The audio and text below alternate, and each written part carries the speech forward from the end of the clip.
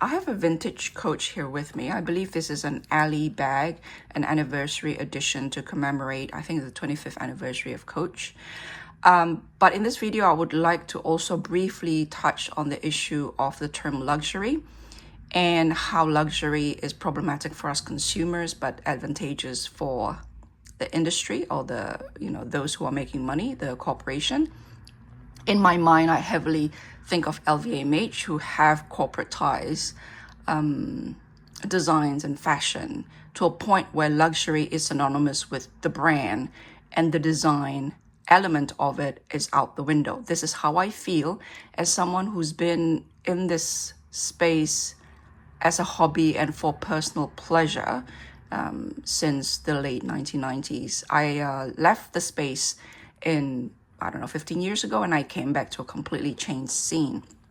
And so this is the Ali, the anniversary edition. The design is beautiful. The material is top notch, and I wish more Coach is like this.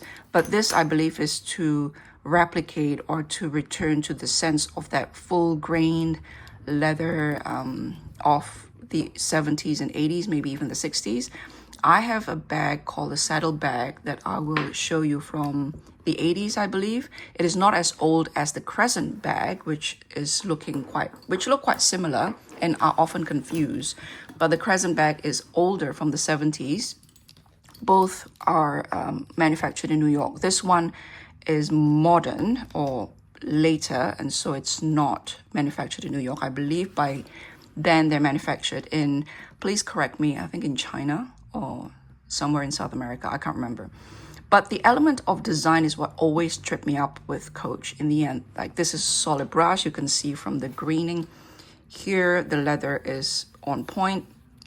And it's always the little things like the branding of the Coach there that trip me up. Or, for example, with another bag that I'll show you later, in the back of the strap, you have this sort of folding, and the back was left open, which is fine in single grain leather without seams, for example. I'll discuss that later. But the point I'm trying to make here is that so many times I've tried throughout the decade since the early 2000s until now, 2025, for me to love Coach. And in the end, although I love the material, I love the spirit, I love the way it's put together, there's always little things like that that trip me up. And for me, it's that stamping here, which is completely, I wish it hasn't been stamped like this. And this I just couldn't, for some reason. I've never carried this because of that. And so I'm giving it away to my sister-in-law. And so this brought us to the topic of brand versus luxury versus designer. Nowadays, it seems to me like luxury is synonymous to the brand, to this. And so this is what people buy. I mean, I'm not saying all of you, but it seems to me almost as if the logo and the brand is what people are purchasing when they say luxury.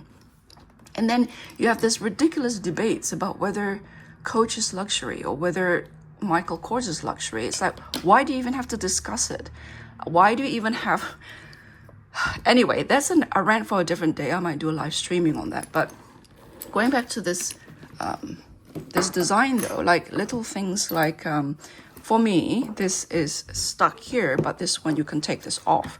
So for me, that becomes a question of redundancy. Like, if you want to take this one off, but you can't take this off, then what's the point, right? You want to adjust the strap, you have this to adjust. So little things like that. But mainly, in this instance, to illustrate my point about design and about luxury, luxury is to do without, in my opinion. Luxury is not with, but without. Without this branding, in my opinion, to me, it would be more luxurious than with this branding.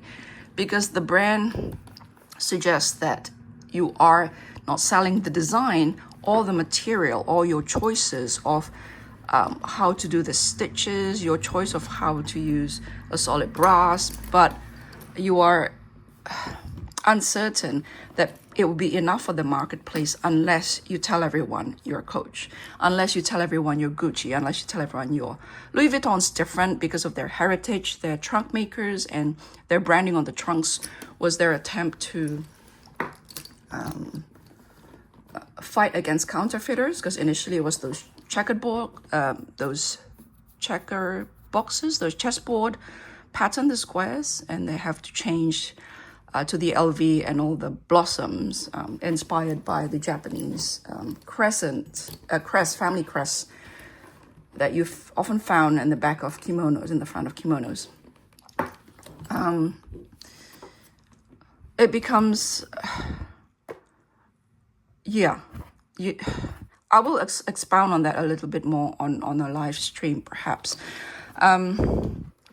Or it's a conversation I have to do face-to-face, but I'm not actually set up for face-to-face filming at the moment, so I don't know what to do. But this leather is amazing. It's amazing. And the only downside, the only one thing that prevents me from reaching for this is, I don't know what it is about this that just doesn't sit right with me, but that's not the biggest problem. For me, the biggest problem is this. This just, it's so faint, but I know it's there. And because I wear these things or carry these things for myself mainly, and not for other people, if I know it's there, then it bugs me. But everything else I think is near perfect. And I wish Coach produced bags like this a lot more. This is just, it's so, the leather feels so good. And I will show you the saddle bag that I have and what tripped me up with that bag and that stopped me carrying that. Let me show you.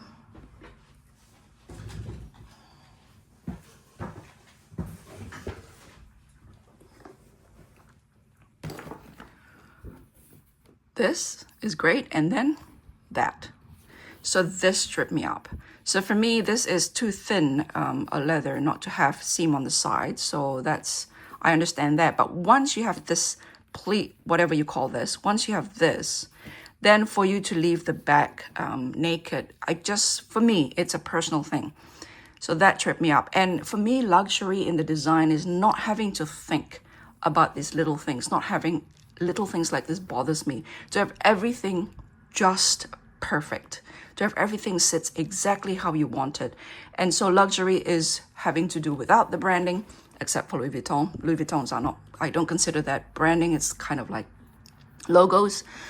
And having to do without being bothered about why this bothers me so much. That everything that you haven't thought about is thought about on your behalf, even before you thought about it. Everything else is perfect with this bag. We'll talk to you about this in a different video. This is the crescent, not the crescent, the saddle. The crescent is an older one. It doesn't have a pocket and it has a seams at the back. And it's more collectible, even though in my opinion, in terms of function, it isn't necessarily the superior bag. So this is the Alley Coach bag. I can highly recommend it if that doesn't bother you. It sits under your arm. And again, for my body that's currently changing after I turn 50, underarm bags are just no longer practical. So that's the second reason really. But this is just so solid. I'm sad to see that this isn't more popular. I think this is currently selling for like $150. For a more perfect condition, something similar is probably selling about $400. I'm not sure, that may have moved, the market may have moved, but if you look at this, everything is exactly how it should be. It's that sort of, if you think about, I don't know, for me, maybe because it's an American brand, if you think about ranch, cowboys, sort of, I'm sorry for my ignorance, I'm not American, and I probably have a very stereotype idea of what a ranch and cowboy aesthetic is, but it's this sort of down-to-earth, rustic, hardy, good stitching, good padding, good, what do you call these ones? It's so much better than, for example, this. I mean, it's a different sort, it's apple and oranges, because this leather, their vaqueta is really, really good, but then you have that. For me, I just couldn't, the one reason I don't reach out for this is this, but also the length. I mean, that's the secondary issue where it's too short for me. No, actually, it's under the arm. It's pretty good, but not for me at the moment. But if not for that, I probably would carry it. And because of that, once again, it's really subtle. Nobody can see it, especially when it's under your arm, but I can see it, and it bothers me. Similarly with this one here, when I carry it, no one can see it, but I know it's there, and it bothers me. And that would segue us to a discussion about what luxury truly means, at least for me, and my opinion about why that is such a problematic word. in a different video. So remember to click subscribe and the notification bell, and I will talk to you again then. Bye.